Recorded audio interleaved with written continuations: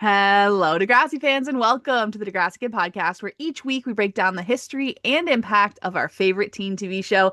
I'm Jocelyn, and this week we're joined by a special guest. We're joined by LinLyn Lue. You'll know LinLyn as Miss Kwan on Degrassi. She was known for being a pretty tough teacher on the show, but what is she like in real life? Today, LinLyn joins us to tell us about her acting audition for Degrassi and how one decision changed the future of Miss Kwan forever, the fact that she had no idea she would spend 9 years on the show, and what it ultimately felt like to leave Degrassi at the end of season 9. We're talking about all that and more in a brand new episode of the Degrassi Kid podcast and our first ever in-person interview with a Degrassi actor. Look who we have, guys. We have LinLyn Lue, Miss Kwan. First of all, I need a hug because I didn't get to see it. Oh, good. You got here safely. Yes. Thank you for doing this with me. I've been so excited about this. How does it feel for you to know that so many Degrassi fans are excited to hear from you on this podcast? Well, I'm surprised because with Degrassi, they have tiers. And the teachers are never really asked to do any of the autograph sessions or the Comic-Cons or any of the awards. It's usually they're focusing on the kids because that's the age range that you guys grew up with, like your age, how you connect to. So this is kind of cool. I mean, I do run into people really early on in Degrassi. I was in a mall in Eaton Center, if you know Eaton Center. Yeah. And all I heard was somebody going, Squad, like from across upstairs, running down the escalator. And I'm just reaching for hairspray and I'm hearing someone scream and running through the mall. The weirdest thing, Jocelyn, I get recognized more in bookstores. I'd be shopping on, you may not know it, but Bloor Street, there's a lot of bookstores, especially back then. And I'd be shopping and people would be staring at me and I'm like, I am not stealing. I swear to God, I'm not stealing. And then I would get up to the cash register because I'm purchasing something and they're like, I know who you are. I'm like, no, I'm not her. Because often I get stopped and earlier, I was always recognized for Sandra Oh, because we both have deep voices. We both swear like a truckers. That's one thing people don't know. I swore on Degrassi all the time on set filming and the kids never did. None of them did. I did. You were the baddie. I was always the English teacher. I was swearing the F-bombs, every S-bombs, all the bombs. And the kids never did it ever on screen, off screen, hanging out. I mean, they may have later when I'm not in all their days or their scenes, but I was known as the trucker mouth on set. That's hilarious. Yeah. So, so we run into people. It's always strange, but it was a lot more times it was bookstores. And when I went up to the cash register, then I would find out that they're not looking at me to see if I'm stealing. It's because they know who I am. But yeah. And one thing actually you won't know, I know we're going off text. No, I want to hear all your stories. Is that we weren't allowed for about a year and a half to have a script anywhere in our set. If you know Epitome Studios, the filming on the lower level with the cafeteria and the school, and then there's the housing in the back. Did you ever go to the tour? Yeah. Okay. So, and then our dressing rooms were in another building at top near wardrobe and makeup. And, so our dressing rooms, we could have our quarter sheets, called quarter sheets. I'm sure they're called something else. And it's a miniature script of the big script. But they said no scripts were allowed on the main floor. So sometimes we'll eat, do our day, have our lunch break, and we'll still be on the main floor, not where our dressing rooms are. And we'll have our costume on and we'll just, wear something so we don't get a stain on it, which a lot of people don't know. We have to cover up so we don't dribble spaghetti or grape juice. And so we have to put on like something and then we go back and do touch-ups. But so we can actually spend adults more, like 10 to 13 hour days, not because it's like 6 a.m. to 6 p.m. They wanted family time. So you can spend like a whole day, like 10 hours, and you never went up back to your room. So, but as an adult, when I'm teaching English and doing Shakespeare, and I haven't seen my script because it was really serious. They said, no one's allowed to bring a script down to the set. And we didn't know what it was. It's because the kids were so young, they didn't want them to think it was play, that it was serious. It was a job because they didn't have a job before. They went literally from being a 12-year-old to a job, which is, they've never been on a show like this before. And even when we're filming, we didn't know that this would be as popular at all as the OG of the OGs. So literally we were, I don't know, you'd have to tell me if all the other stars watched Degrassi. I didn't, because I didn't want to color the history and the love of what they have for the original characters and try and mimic them. But I just saw some of your podcasts with Perino. Was he? Yes. Was he always that character? So he played two characters. He started on junior high and then came on as a teacher. Oh, I didn't know that. Yeah, he played a mechanic, and then he started very soft, and then his character became very rough, and then became soft again. Oh, okay. Yeah, interesting. Mike wanted to know if you were aware of the older Degrassi before you got on it, like Kids of Degrassi Street, junior high. I think because Degrassi's so famous, I knew about Pat Mastriani. Look, see, I can't get it right. Yeah. And then knew about Snake, which is Stephen Brogan. And but I knew about Spike and I knew a little bit, but it's weird. But I really didn't watch it. I actually want, because I'm a method actor and I wanted to actually go to schools and watch teachers to see for this role. And then I thought, you know what? No, I'm just because most teachers that go to teachers college, I don't think they do that. They just teach how they want to teach. And I thought, I'm going to go in with that. And then I found out later on when I went in for a friend who had a child and she couldn't go. And I go, wow, teachers are really different from how I portray them. So maybe I should have done my research, but I know that I'm method and I would have really mimicked them. And I didn't want that because I didn't want to be colored by that heavy history of Degrassi.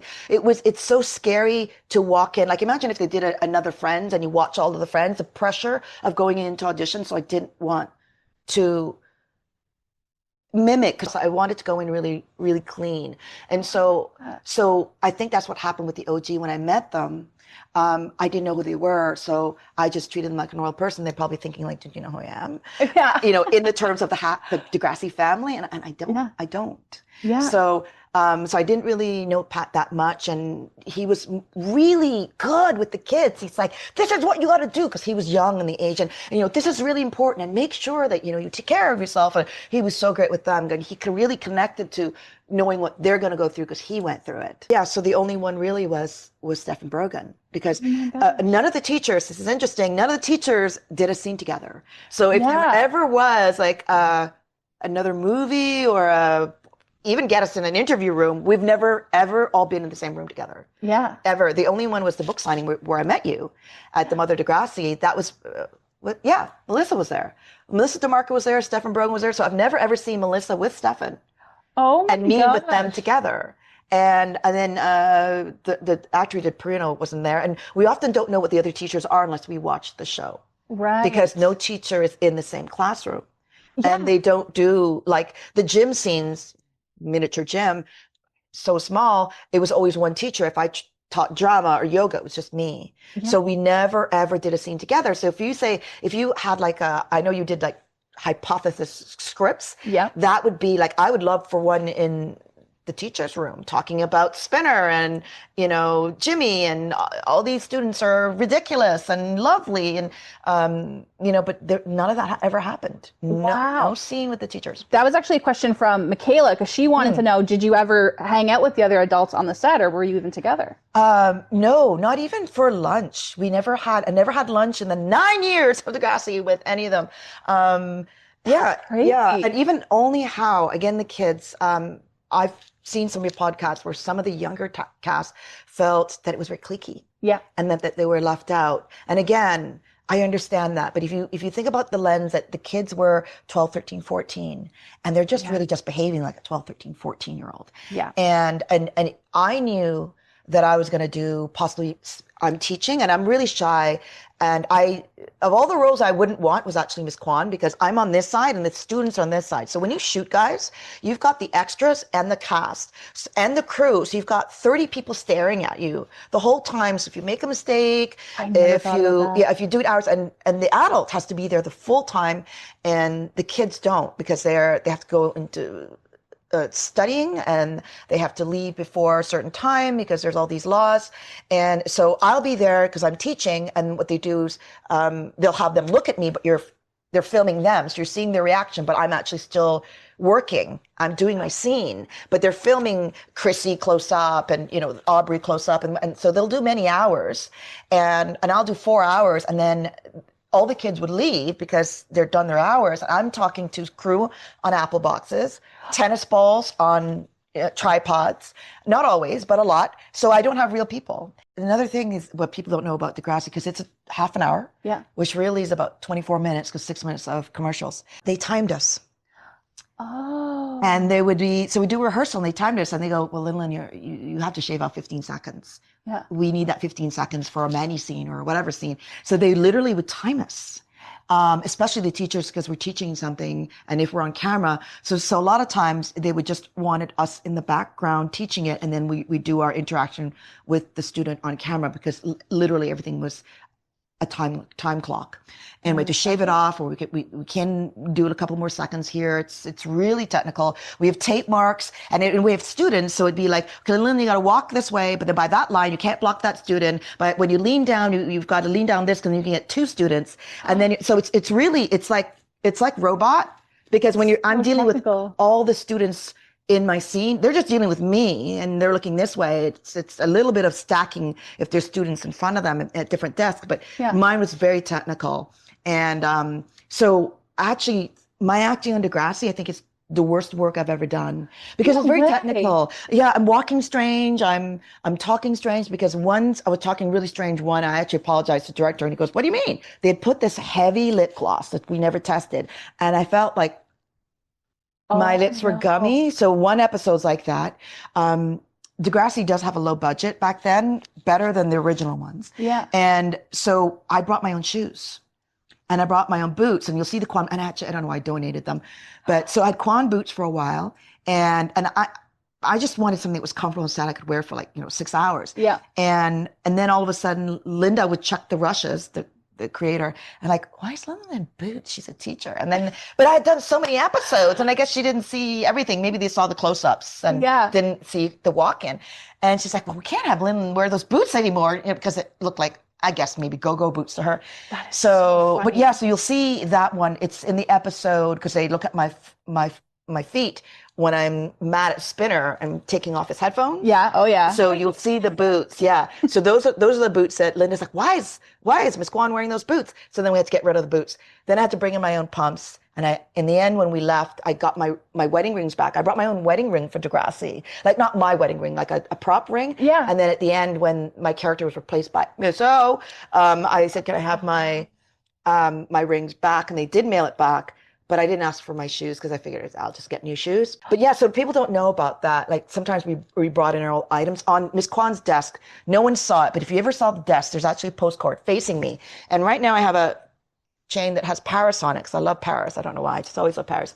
And they asked me, what would you like on your desk that would be you? Just for you. I found a postcard from Paris of gargoyles, like by the Notre Dame. And so I put it in a frame, or they actually put it in a frame, and it's on my desk for 9 years for Miss Kwan. No one else, you guys don't know about it, but I know about it, and the set knew about it. Even if they changed props, it was like Miss Kwan's photo of that picture from Paris has to be on it. Jolene actually is a big Miss Kwan fan. She helped me with this episode and preparing some answers or questions. So thank you, Jolene. Shout out to Jolene. Hi, Jolene.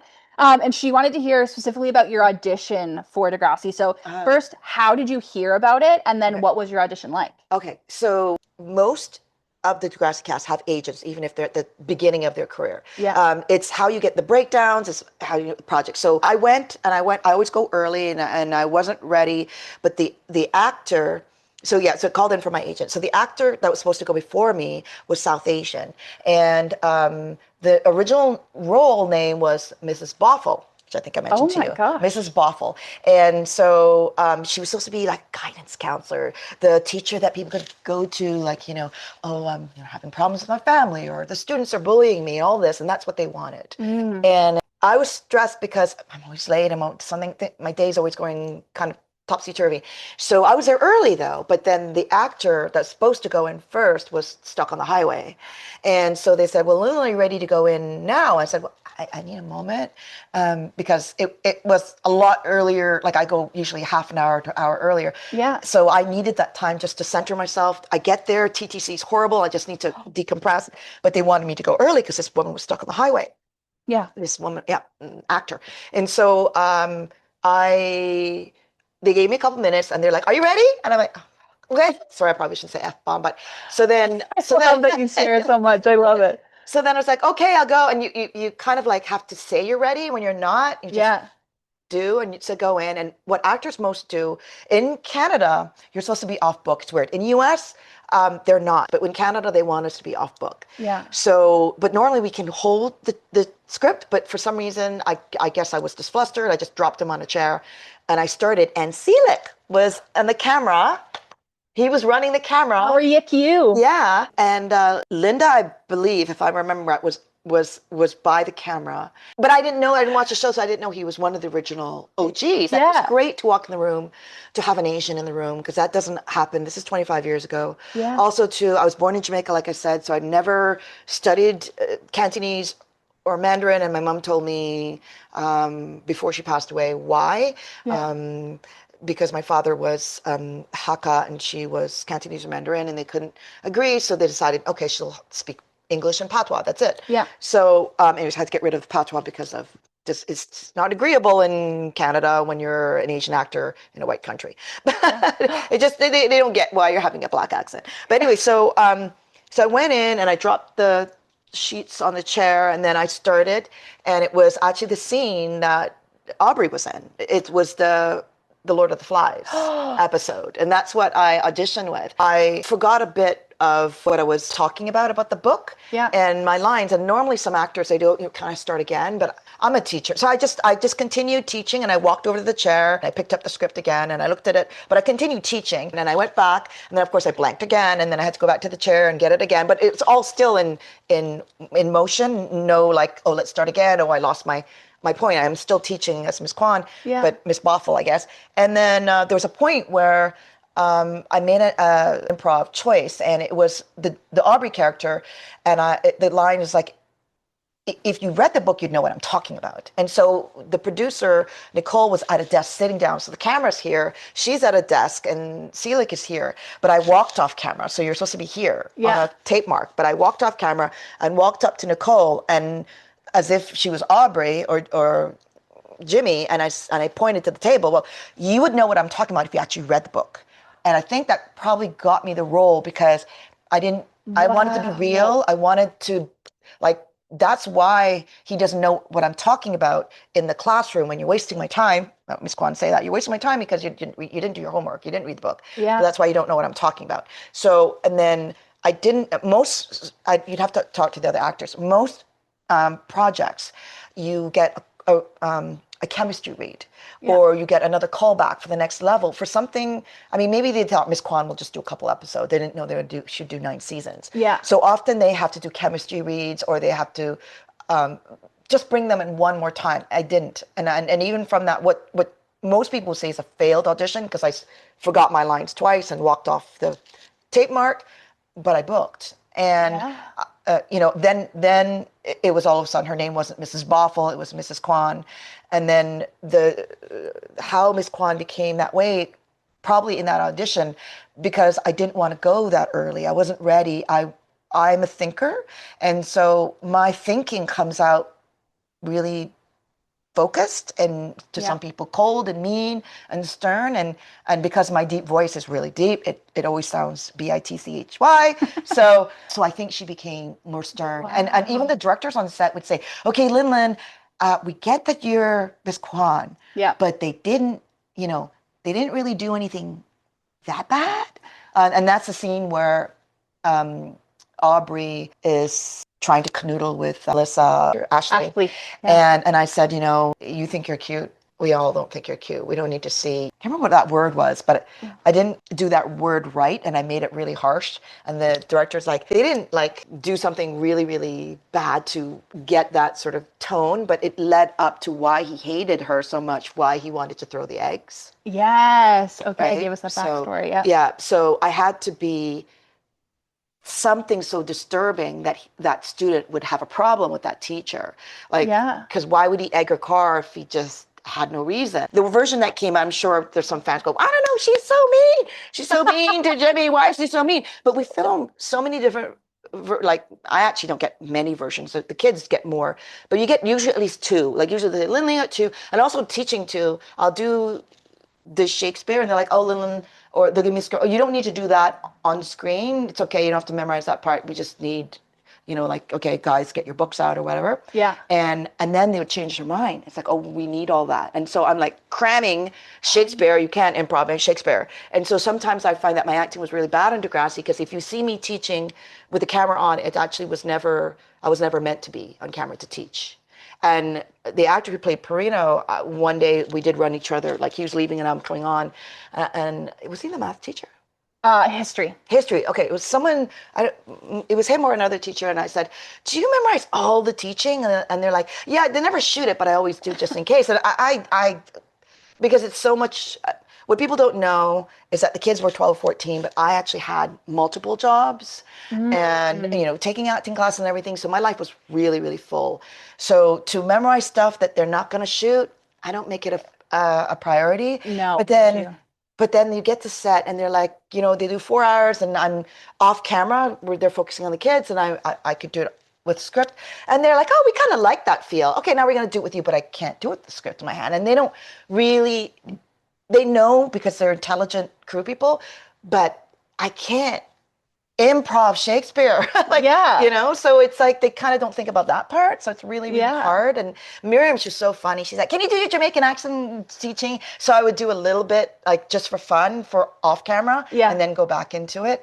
But yeah, so Miriam was kind of like, can you do it in your accent? Cute. Yeah. And we don't get a lot of hangout time. Like when we're filming, it's like turn around, and sometimes we get to step off set, sometimes we don't. So one side, like when we're like Sarah, once we sat next to each other, and usually we were off set, and then she drew a picture of me and put Miss Kwan. I still have it. No 25 years later, somewhere. Yeah. Oh my God. She drew it. I may have taken a photo, but yeah, she drew it in that class while we're sitting next to each other, and then she gave it to me, and I kept it. Yeah. Oh my gosh. If you have a photo of that and you post it, Degrassi fans would love it. Yeah. We would eat that up. Yeah. Okay. That is so cute. Okay. Yes, I have lots of fan questions for you. Because you talked about a couple episodes of Miss Kwan, and Amber, actually, specifically, you appear in 55 episodes of Degrassi. Okay. I thought it was 52. Are you sure 55? Google says 55. Okay. But we'll believe you. We'll trust you. Okay. Amber wants to know, do you have a favorite Miss Kwan moment that you filmed? I still think, because the teachers, from my lens, because I just told Jocelyn I don't really watch a show, because if we do, we'll be neurotic about if someone says you do this a lot, then now we're in the scene, we're going to try and tape our hands down so we don't do that, and then it'll be awful. So if the director has a problem with it, yes, but then we kind of obsess about our little tics, and that angle's better, so then you'll have an actor always acting like this if they don't like the other angle, like it's, you know what I mean? Because so I never really watched it, but so a scene that I really liked, we didn't get a lot of episodes. I think they only gave me 2 episodes where Miss Kwan was a bit of a focus. One was the Basketball Diaries. Yeah. And then the Lord of the Flies. That's not the same, is it? Basketball Diaries is the Lord of the Flies. And then the one where I'm teaching English, and then the Wings. Yes. Delivery. Okay, yeah. That's called Friday Night. Friday Night, episode 11, season 1. Yeah, you got it. Yeah. And you should come to Degrassi Trivia. You'd nail it. No. I think I looked it up because because I was on a set, and the stand-in was like, you look exactly the same. I was on Degrassi with you, and he was the stand-in. And then the actor came in. He goes, my name's Michael. I said, oh, well, your stand-in was actually, we were on a TV series together. He goes, which one? I said, Degrassi. He goes, oh, I was on Degrassi too. So there was 3 of us on Degrassi. Anyway, so Degrassi family on set, and we were on, I can't tell you what series we were working on. But anyway, so I really did love the Wing Night, because there was comedy, even though I didn't do it. I really liked working with Drake on the Basketball Diaries, because we would run lines walking from the studio. Because can we run lines? Well, yeah, so we run lines. So I love running lines with the actors. So I wrote him a postcard. It had a black boxer and a little baby black boxer. And I wrote him like, thank you for working with me on this episode.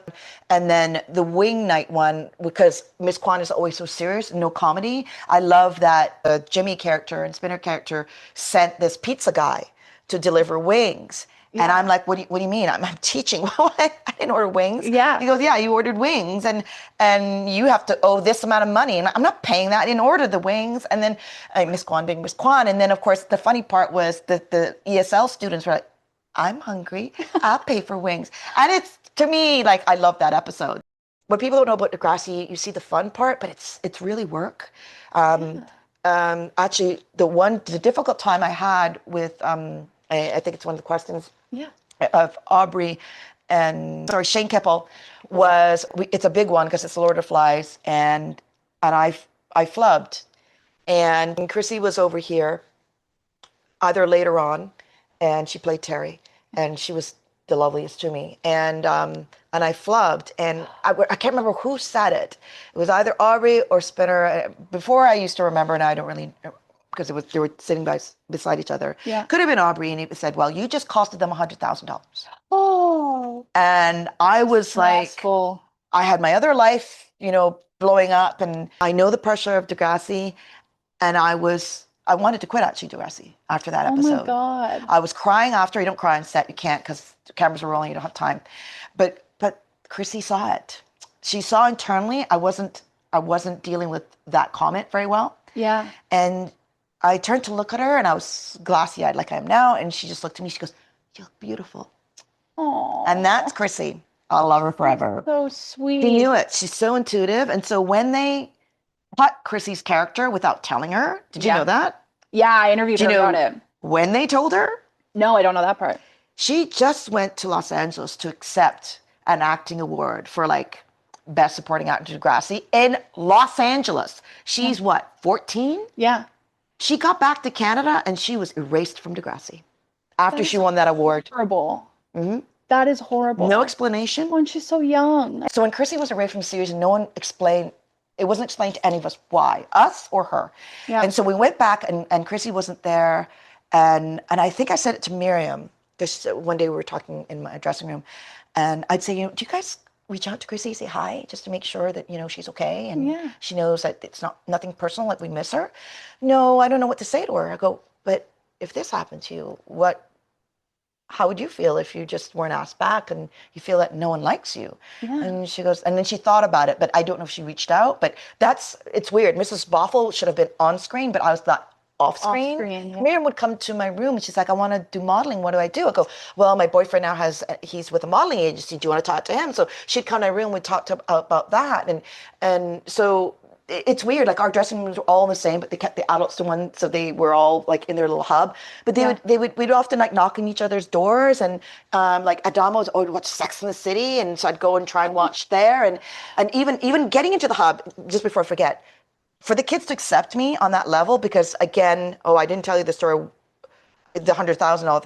So that I didn't want anything. I wanted to leave Degrassi. Yeah. And the hair and ward, one of the coordinators saw me crying, because I was crying in hair and wardrobe. And then she chased me when I was leaving Epitome Studios. And she said, Stephanie's like, "You do know, you got to remember they're 12, they're 14. And they don't have a job. They don't know that you are running a full adult life. So, we want you here." And, and then because I fought to be their friend, and I felt not betrayed, but I felt like, and I know it was just a joke, but I just took it to heart. So at the beginning, we have a cafeteria and we eat, and the kids always eat naturally by themselves. And the adult didn't, because I know some of the adults, like, we never connected the kids, but I forced it on them. What happened was we have our lunch and I would sit with them and they would kind of look at me in real life. And then I'd do it the next time and the next time, to the point where I had to be there. If I wasn't there, it didn't feel right to them. So that after that argument, and I wouldn't speak to Shane for a few episodes, or at least one episode. Yeah. And I didn't sit with them for lunch. And he came up and he walked by my room and he said, "You weren't at lunch today." And I knew he noticed. Mm-hmm. He knew that he did something wrong. He knew that I pulled away. And then later on, I thought, I'm not going to address it because, he's also working, and he noticed. And then he was studying and he was just writing with a pen, but he's a southpaw. Did you know that? No, I didn't know that. He's a lefty. So I said, "Oh, so you're a southpaw." He goes, "Yep." I go, "Cool." And then it was over.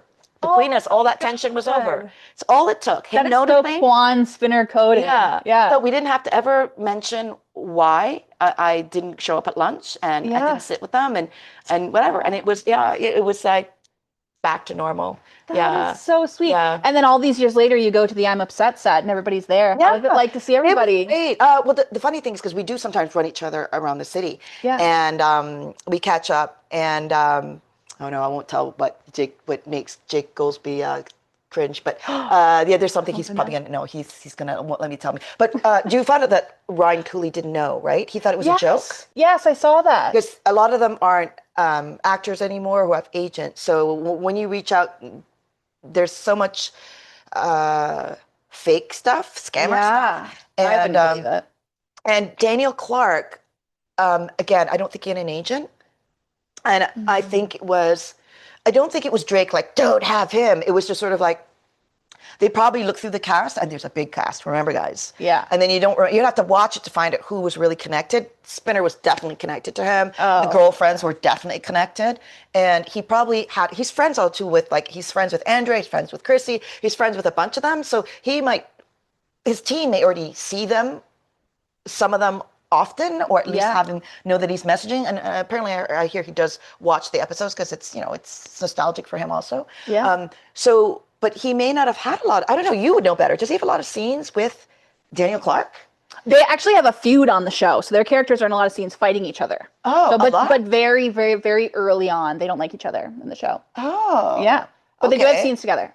Okay. So so I don't know what happened, because when we were there, I don't even think we realized he wasn't there till after, because there was so much. Some people did 2 days. Only did 1 day, and I don't know if he flew up Nina, if he flew up Cassie, because some lived in LA. I don't know if Miriam was filming in LA, but I was so surprised that he got as many as he did, because we usually are all over the place, and they're doing different projects. And some people who should have been asked wanted to come to set, and they thought they were banned from set. It's like Rhea Black. He's still to this day, he's like, I wanted to go. Why didn't you show up? I mean, his best friend, I'm going to blank on his name. Dalmar? Yeah, so Dalmar was there. Yeah. And they're so close. So I think Dalmar said, I'm going to the thing. And Ray's like, oh, I'm not invited. And he could have come. Like, no one would have stopped him. It was just like a Degrassi invite. Yeah, but what I know what that happened, though, because we had an NDA that we couldn't talk about it. We were not supposed to take any photos or any of this. That's why I don't have a photo with Drake, because I was told that, we signed an NDA, we're not supposed to take photos. I'm going to ask you about some specific scenes. Okay.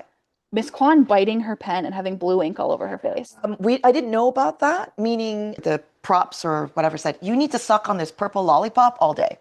Oh, to have the pen. Yeah, to get the pen explosion thing. So I had to suck on that purple lollipop all day until we shot. Okay, that is cool. Fans have always wondered, like, did you actually have a pen explode in your mouth? No. You were just committed to the bit. Yeah. Bruce McDonald, he's a really great director, Canadian director. Yeah. And he did a couple. He did one, actually, if you remember, Miss Kwan her arm was bandaged like a claw. Oh, yeah. You remember that? Okay. So again, I didn't know. I go to set, Bruce McDonald was on it, and he said, LinLyn, we're going to bandage your hand like really big, and we're not going to explain it. So it's not explained. But he said, but what really happened, we will only know. You had a barbecue and you burnt yourself. Oh my God. Yeah. Okay, I love learning those little behind the scenes facts that nobody else knows about. That is so funny. Yeah. So you have not seen the Degrassi doc, right? No. Okay, a fun thing happened to Miss Kwan's class. Do you remember the Miss Kwan pairs Jimmy and Paige together to be Romeo and Juliet and they kiss? Yes. Do you know that was Drake's first kiss ever? No, I don't think. It's weird because you do a rehearsal and then you do the take. Yeah. So no, they don't, because I'm sure they may have talked about it, because I know when I'm asked as an actor to do a kissing scene, because I remember my first one, you hear a lot about people like brushing their teeth like how many times, and mouthwash and gum chewing, and and then people forget and they drink coffee and you're back to square one, and then you do the kiss, right? Yeah. So, because you never know what you do. What people don't know is that sometimes we may start a scene and then we may break and eat lunch and then continue it again. So they could start the kiss scene and then go eat a really sort of smelly lunch and then come back and do it again, right? That's actually hilarious. Yeah. Oh, and of course, in the documentary as well, Shane Kipple talks about the iconic boner scene in Miss Kwan's class. Oh, yeah, we love that. What was it filming like from your perspective? I think it was like them trying to keep the contraption, because I think it was made of wood. Shane says salami. Shane says it was a salami stick. Oh, yeah. Maybe. But remember, he's a child. Yeah. Meaning for me. So I don't want to look at that direction down his pants as an adult. I don't know if that makes any sense. Yeah. So, but yeah, I remember it being funny, and I remember there was a lot of tech issues, like meaning I'm sure they had to line up, how it looks. But yeah, I don't remember much other than it was really, really funny. And he was probably just not pissing his pants, but funny, trying to make it work. But they had him do so many embarrassing things. I Oh think, my I gosh. mean, I didn't even, like I said, I didn't really watch Degrassi, so I don't know how many embarrassing things, but I know what they did to me. And I'm sure they wanted to do more, which, never happened. Yeah. But you probably don't know the back story to the egg scene. No. Okay, so Linda came, they actually, the crew all thought I was fired. It was season one and episode 11. And what happened was Linda came to me, the offices are connected to the studio. And Linda came to me, she goes, Linda, I need to speak to you. And I think, I'm in trouble. So, because you always think you're in trouble because the head of Degrassi never comes and taps you on your shoulder and says, they need to talk to you, and we're filming. So she comes, she goes, I need to talk to you about something. I go, and it's very important, and I need you to understand this, like, that we're not doing something bad here. And I always wanted to do this storyline, but we never could make it work because it could be copycat violence. And we could never figure it out. We want to do it with your character. And we finally figured it out. And then that's how the egg top, that was it. But it's going to really look like you're not coming back. But I want to tell you, I'm in front of you right now telling you, you are coming back, but everyone's going to think you're not. To the point where the crew's reading, go, woo, bye-bye, LinLyn. Oh my Literally, God. the crew didn't know. They were all saying their goodbyes to me. Oh my gosh. Yeah. Because they didn't hear it. She did it publicly on set, but they're, doing lights and so much going on. sound and whatever, and they all didn't know, even though she came to set and she was literally in the window of the doorway of the English room telling me. And oh my God. How did people react when you came back? Well, I think they just read it and go, oh, okay, she's back. So, and they're in so many sets and storylines always twist and turn. Yeah. And they know that sometimes they're kept in the dark because they want a surprise. Like they don't want it to be leaked because there's a lot of, those parents have kids and families and it could leak. That it could be, I'm on set and blah, blah. And we'd had this scene with the egging and blah, blah, but she's coming back. Like it could filter out, it could leak. Yeah. So a lot of times everything, like they just don't tell everyone. Just let it unfold when it's supposed to unfold. That makes sense. And you had just mentioned earlier, Spinner and Miss Kwan had like such a, on again, off again relationship. And then Spinner grows up and now he's getting sick and he's in Miss Kwan's class. He's skipping because he's getting high. He's throwing up. What was it like for you as an actor to now have this new layer of Spinner, being sick in the show? To tell you the truth, I don't remember it. Oh, really? I remember the scene. You're going to have to tell me if it's connected. Okay. When his ADHD and he's running back and forth. That was in season 1, so I was really early. Okay. But ironically, I don't remember the cancer one. I'd have to go back. Oh, it's one of the most iconic moments because he's and he gives a speech and he's not doing well. And Miss Kwan is like, come on, you have to like take this seriously. And then he throws his book on the ground and Miss Kwan says, where are you going? And he says, I'm going to get high. And he storms out of the room. And it's one of Miss Kwan's most like legendary moments. It's sort of people say legendary moment, and it's weird. I don't remember it. I remember a scene that you sometimes, maybe off the internet, that was never shown on Degrassi, true episodes. Maybe it's in like a box set for special, where there's a dream sequence. Where I'm leaning over Spinner's desk, very like, he has a crush on me. Look at your face. Look at her face. This is insane. It's online. It's online. I gotta look this up. This is nuts. Yeah, she's supposed to like lean over like this, and and I've never seen this. I don't know because we filmed it and it never showed, and like 'cause I don't watch the episodes, but it was online for a while, and I don't know if I got a copy of it. And yeah, because he's supposed to have like this dreams, and the wind is blowing. And it was weird because the hair and makeup, look at your finding something new. They had pinned my hair down because my hair was always long and they would keep it back. It was more so it wouldn't fall in front of your face. With any actor, if you see clips, even on a young actor, it's because if they don't want the hair to do this. And so they were doing the wind thing, but the hair and makeup had pinned it down. So the wind wasn't, it was looking really weird with like this pinned down and this like flapping. And so, oh my God. Yeah, so I have to look back if it's still online, but someone found it. I don't know how. I got to find it. If I find it, it'll be input right here. I love thee to the depth and breadth and height my soul can reach.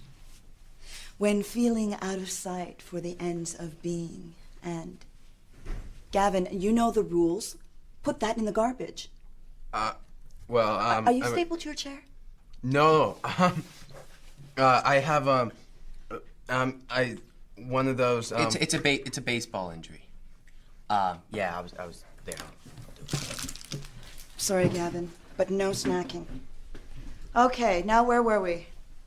Yeah. Well, Amber had a very thoughtful question because you'd been on the show for 9 years. You watched a lot of kids grow up, move on, and new kids come in. How did it feel watching all the kids grow up every year? I know, 9 years. It's weird. It's weird. You don't really see the spurts. Yeah. But if you haven't seen them for a long time, you're like, oh my God, you're big right now, or you're older. Like now when I look at Drake, because I haven't seen him in so long, it's like, wow, you look different. Yeah. You know? But he's still the same. Like what people don't know about the I'm upset, going back to I'm upset. I hadn't seen Nina in like 10 years. We haven't seen Cassie in 10 years. I haven't seen everyone. And it was just like we just, logged off the set at 6:00 and we saw each other the next day. Yeah. That 10 years did not happen. Like Nina was so big, and she was actually, I think the day after she was going to like the Met Gala, and she was just starting a new TV series. She didn't tell any of us. Dalmar was also going to be at Green Gables. He didn't say anything about it. It was weird. No one was boasting about the projects. No one was telling what they were doing. We just wanted to hug each other, talk to each other. And what Drake did they tell you this? So for them, I'm upset. I'm sorry I'm jumping up all over. No, guys. I love this. But Drake had a town car. Did they tell you this? No. He had an individual, I think 22 cars, black cars, town, like we're talking like not a mini car, like the big, 4x4, whatever it is, whatever, I'll just say town cars. I think 22 of them picked up all of us individually, and most of us live in the East End. And then we had that same, I drive her to drive us back home individually, all individually, did not have to do that. And he made sure that all of us came an hour before set so we can have dinner together. In our crappy cafeteria. And we didn't care. You know how Nina Dobrev is no fancy. We had our crappy set food that, they always order on, movie sets, TV sets. And I have a picture of Nina and me in the cafeteria. And he did that for us. He wanted us. He knew that. And we didn't even know. Like, I think Cassie was at the gate and said, Miriam, you have to go get me. She was like, she didn't know. She was like so nervous. Yeah. I don't think she would even want to enter the premise because it's kind of our hallowed ground and all our memories. And so Cassie was really shy, and Mary's like, I'll come get you, if I'm remembering correctly. And literally it was just taking us all back. So that's more when I saw the growing up, not during the 9 years. It's weird because you see each other every year. It's like, okay, you look kind of like a little bit different from the next year, but you don't see from the number, the starting year to the 9 year, you sort of see just from the last time you saw them, if that makes any sense. That does make sense. So it was a big jump. We didn't know who was asked because I didn't think Chrissy would be there, but I think Aubrey and Chrissy do connect. And so, especially because of Andrea, because they're super close. And so they were there. So I was super glad. And then I'm glad they got Nina. So it was, and I didn't know that they got Jay and Silent Bob. I knew, I was shocked that Miss Hatzilakos wasn't on it. Like, I didn't know I was the only adult outside of Jade, Silent Bob, and the OG Snake that was invited. And I know there was some backlash, like, why was she chosen? Because our characters are tied together, and because I was actually really nice to all the kids when they weren't famous. They were just Nina, and they were just Aubrey. I don't know if you guys know about this, but on the I'm Upset, Miss Kwan is cuddling a blow-up doll. A sex doll? Oh, I don't think I caught that. You know? Okay, so if you see the top, I've got a blow-up doll. So what happens, you walk on the set. We didn't know, we weren't really told, maybe some people were. There were blow-up sex dolls everywhere. I have pictures of it, but it didn't end up on it. So some of it was on the stadium stairs where we're, doing the whole group together. Yeah. And there was one, and I thought, everyone's fighting to be close to Aubrey because they miss him. Yeah. They don't think of him as Drake. They think of him as like, hey, I haven't seen him one day. They wanted to say hi, and, all the lighting's going on. And so I was higher because I thought, they need to connect. They're closer. They've always been closer. So, and then there's a blow-up doll. So I had Miss Kwan have her arm over the blow-up doll. So anyway, so in between set, they do the confetti, and they have to go back to ones, and there's all this tinsel around. And I'm trying to get it off the steps because the crew can't run up and down the steps. And so I'm trying to get it off the steps, but I forgot I was still holding the blow-up doll. So all they can see, so Aubrey, Drake goes, LinLyn, it's okay. It's okay. So, back to how we are on set, not like Drake telling me it's okay. It's like, LinLyn, it's okay. It's fine. That's the tinsel's fine. Sweet. But Snake, Stefan Brogan took a picture of me holding the blow-up doll, cleaning off the tinsel. So I have that. So But yeah, so it was so funny because they all thought it was funny that Miss Kwan, and that's what I wanted to do because what ended up in the I'm upset, they didn't tell us what we were doing, and I had a very small role, and they didn't know that we were supposed to do this walk into the gym, and we were supposed to look at, we see blow up dolls. You guys don't see blow up dolls. We see the blow up dolls and we see mayhem.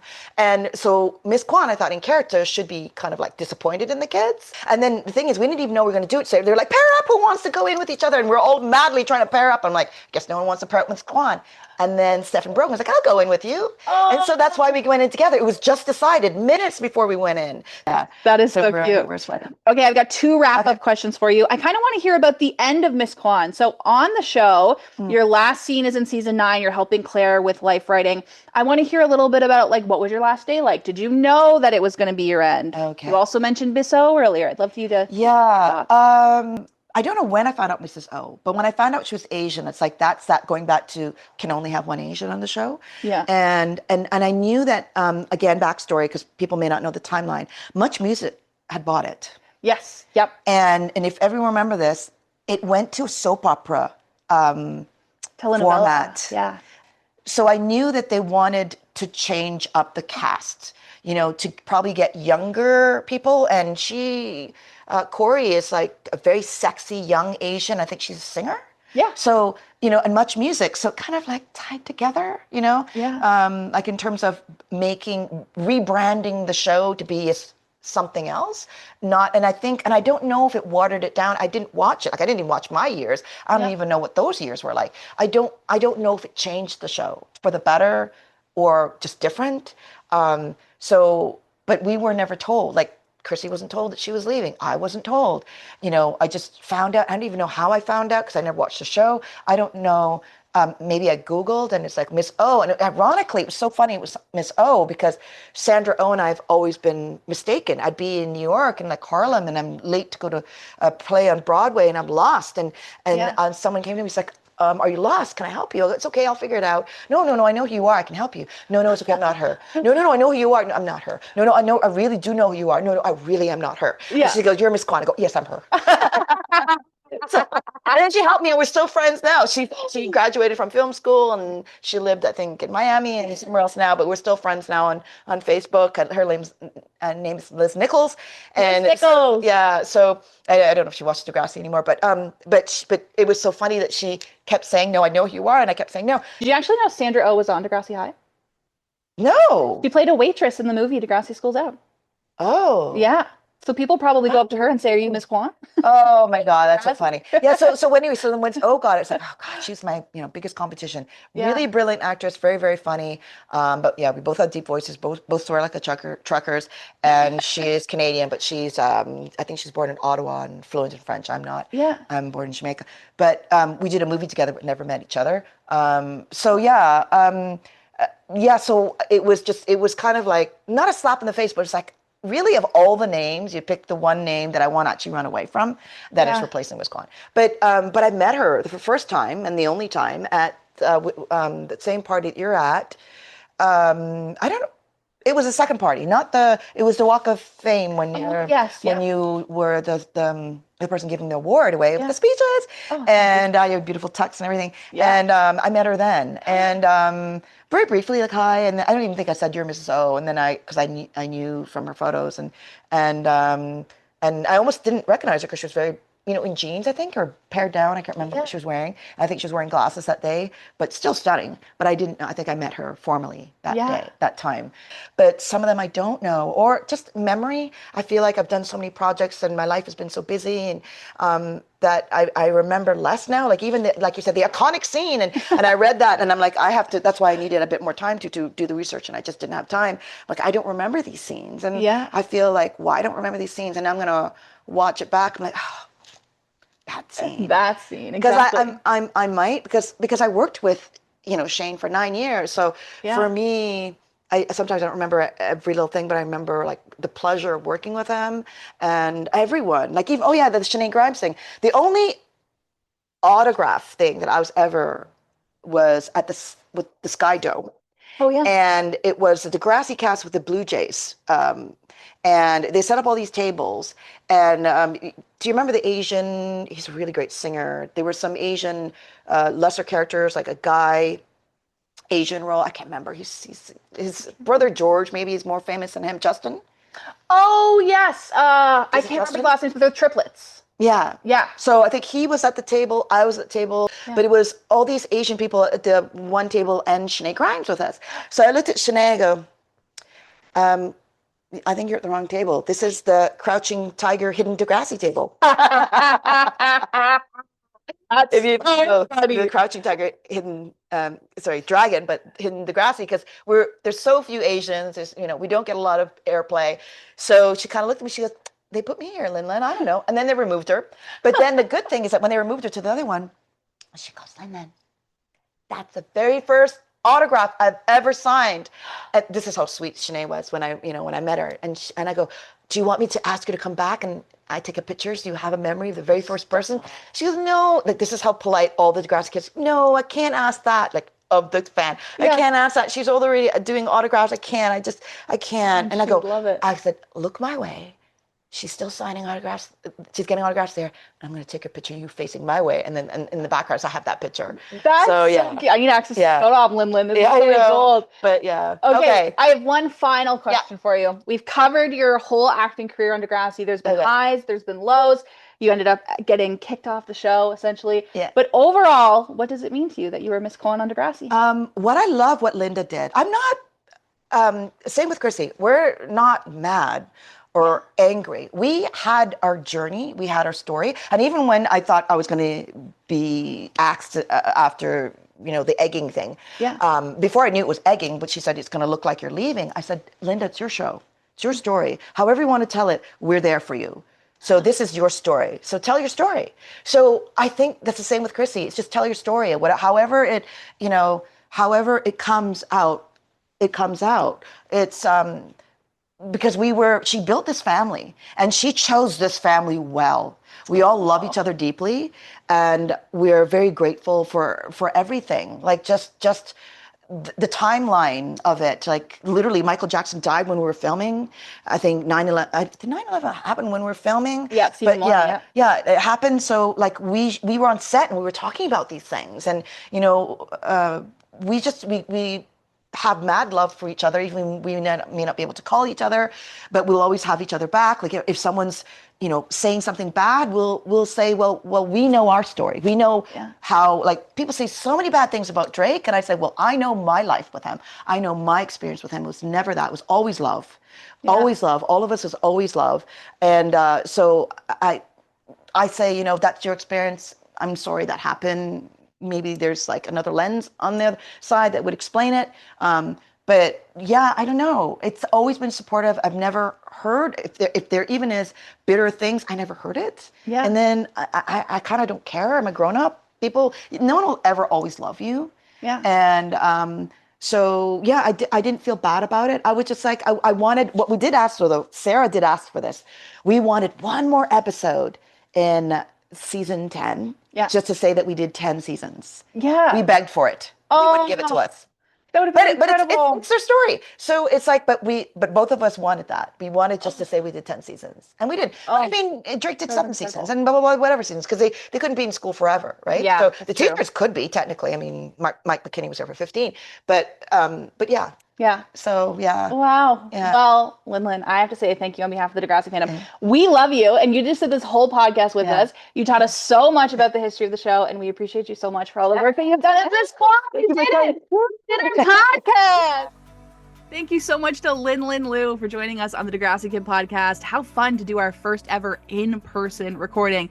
If you want even more LinLyn, you can find an exclusive bonus video over on Patreon where she talks about a moment where she had to change her appearance so she didn't get mistaken for Nina Dobrev and what it was like to work with the younger cast members, including how they handled fame and what it was like for them to manage tough filming schedules as young kids. All of that will be on patreon.com/DegrassiKid, where you'll also find fellow fans fans like our producers, Jolene, McCarl91, and Goober Girl. Thank you so much for your help with this episode. And of course, if you head on over there, you'll also get a special little shout out like these folks who joined our Patreon for the very first time. Those are Sam Shares, Jennifer Jeffers, Julie Good, Rebecca, Maya, Cindy, Erica, Alex Jade, Lace Shoes 420, Kennedy Leard, Vanessa Johnson, Jordy Todesy, Onyx, Maribel, Michaela, and Alexandria Benoit. Thank you so much for joining the Degrassi Kid Patreon. I appreciate you so, so much. And we have to say a thank you to our return subscribers, the ones who keep this podcast going every single month. Those are 95 Max FC, Afsha, Amanda, Amber, Anna, Angelica, Angie, Ariel, Ashley, Beck, B, Becca, Blue, Brittany, Kate, Katrina, Chrissy, Christopher, Danny, Darcy, Dave, David, Degrassi CSI, and Degrassi Next Generation's Facebook group. I recommend you join.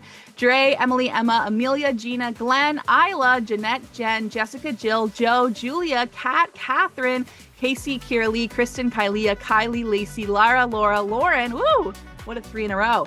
Legna, Lils, Lindsay, Lizzie Games, Madison, Magdalene, Megan, Mina, Mike, Mix Lucy, Natalie, Nikki, Pac-Man, Pebble, Rachel, Racine, Randy, Rini, Rogan, Sarah J, Sawyer, Serena, Shannon, Sam, Stephanie, Sunita, Taylor, Tegan, Tierney, Tom, Trevor, Vi, Vita, and Wild Wallflowers. Thank you much for joining us for a brand new episode of the Degrassi Kid Podcast, and we'll see you next time when we have a watch party with Brendan Jeffers and a brand new podcast with Joy Tanner. Oh, there's so much on the go. Thank you so much for making all of it possible. I love you. Bye.